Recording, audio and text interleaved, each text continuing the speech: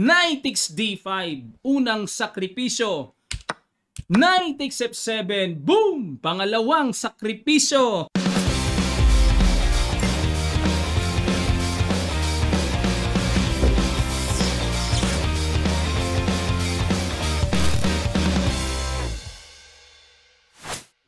Magandang araw sa inyong lahat mga kamatsas. Mistulang naging mabangis na hayop si Super Grandmaster Danil Dubov matapos magpaulan ng mga sakripisyo sa leading na si Super Grandmaster Vladislav Kovalev.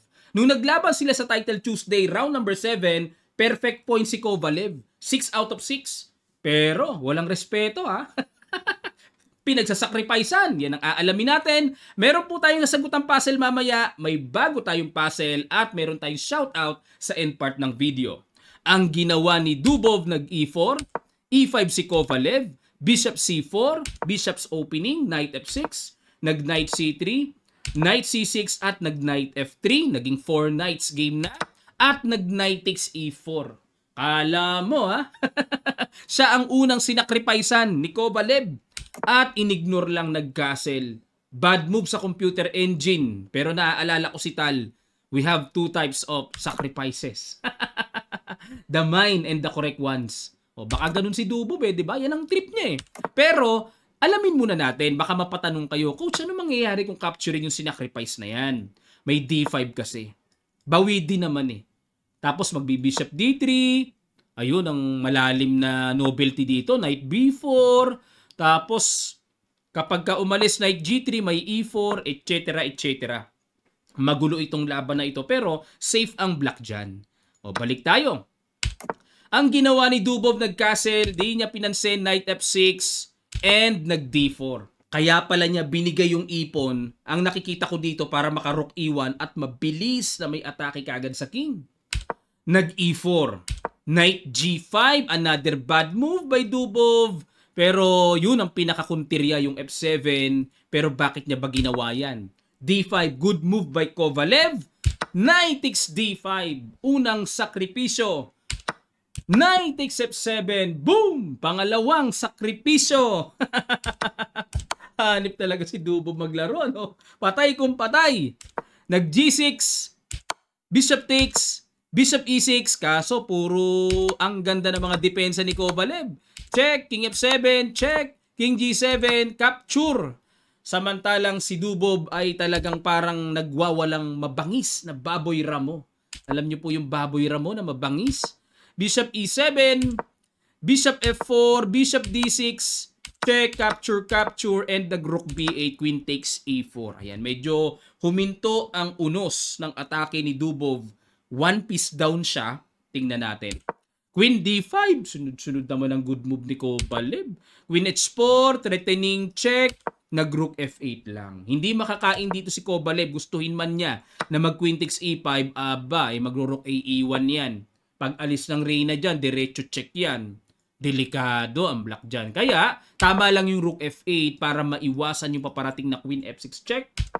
At nag-E6, Knight C6, Rook A E1, Rook B E8, Queen H3 dinepensahan, and nag-Rook F6. Mukhang banderang kapos ang atake. Kinapture lang, Rook D1, hanap-hanap butas-butas, check, sangga lang. Kompleto ang panangga ni Kovalevsky. Grabe, sus mga kamatsas. Ayun, nagpasingaw na si Dubov. A5, Queen F3 checking, G7, C3, Rook F6 at nag-Queen D3, Queen C4, hanap-hanap mga butas-butas. Siyempre, peace down na nga, makikipag-queen to queen pa. Natural po yan, no? Yung iwas ng iwas, hanap ng mga ata-atake, baka bumigay si Kovalev ng isang masamang bigay, ubos kagad yan. Rook E1 checking, H2 check, G3, Knight G5, wala na. Napakaganda ng mga counterplay dito ni Kovalev. Rook D3, H5, naku po, nanikip na ang galawan ng Queen.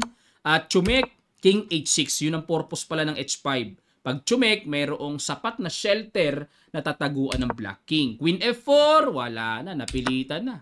Yan na nga ang gusto ni Kovalev, mawala ang nagwawalang Reyna Rook E7, ayun pa ang isang napakatikas Sacrifice ang rook pero meron pong check, double, bawi din.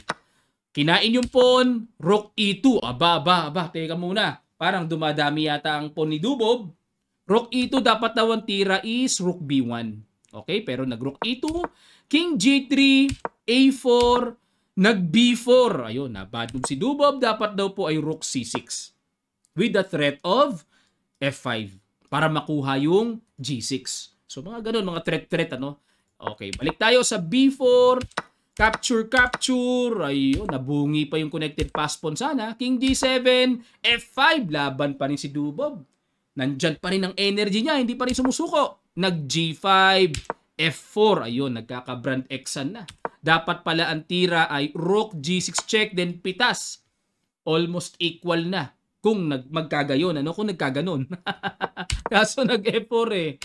Check, patay, capture. Sa bagay, wala na rin pong oras. Dying seconds sa sila. Tingnan nyo, 3 seconds na nga lang naglalaro eh. Ayun, no? Rook h6. Ayun, mangyari kasi buhay yung isang pawn. Kung wala yan, ibang usapan. Kaso may pawn eh. At may f2 nang paparating, then unstoppable pawn promotion na magiging reyna. Nag-resign na po si Duboving. Resign or flag down. Pagka ganyang may point something, minsan flag down pa yan eh. Okay mga kamatsas, ang ganda na sana ng mga ginawang pagwawala ni Dubov. Pero, banderang kapos. Kinapos. Ito po ang standing sa early edition ng Title Tuesday last time. Ang nag-champion ay si Kovalev. Napakatindi.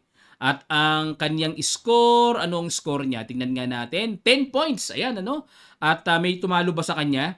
Wala eh. Tinalo niya si Dubov. Sumunod, tinalo niya si Caruana. Tinalo niya sila Zabic, grabe, 9 out of 9. At yung last 2 rounds, tinabla na lang niya kay Jose Martinez and Sergey Drygalov. Malakas po ang early edition na to kasi si Magnus naglaro. Nakamura naglaro din, pang number 8 and 9. So medyo nakondisyon yata ito ng todo si Vladislav Kovalev at tumanggap siya ng $1,000. Okay mga kamatsas, sana po natuto kayo at ito naman, sagutan natin yung puzzle last time na iniwan natin sa game ni Megan sa kanyang Kids versus Stars. Ayan, congrats ulit Megan. Ito po yung iniwan natin last time. O, ito solution ha. Congrats sa mga nakakita ng sagot. Bishop h6. Yan ang perfect move. Mag-rook e4, f5. Another simple but precise move. f5. Siyempre, threat ang tore. At kapag inimpasan, rook takes e2. Capture. Okay, lamang ng isang tore ang black maliwanag. Ngayon, after f5, baka mapaisip kayo, coach, ba't hindi kinapture yung tore sa d2? Capturing lang po yan. At nakatreat pa rin ang tore. Siyempre, obligadong pigilan yan. May bishop e3 na paparating lipad ang tore. Talo na rin ang puti. Okay? Ayan, congrats po sa mga nakakuha ng sagot. Comment nyo lang sa inyong sa comment section natin yung mga kasagutan sa mga binibigay nating puzzles mga kamatsas. Pang training po yan. Okay, ito naman, it's white to play. Hanapin nyo po yung pinakamagandang timpla na gagawin ng puti dito sa king and pawn ending na ito. Okay, yan po ha. At kapag nakapagsagot na po ako sa mga comments ng video na ito, lalagyan ko po ng heart and congratulations sa mga makakatamang sagot.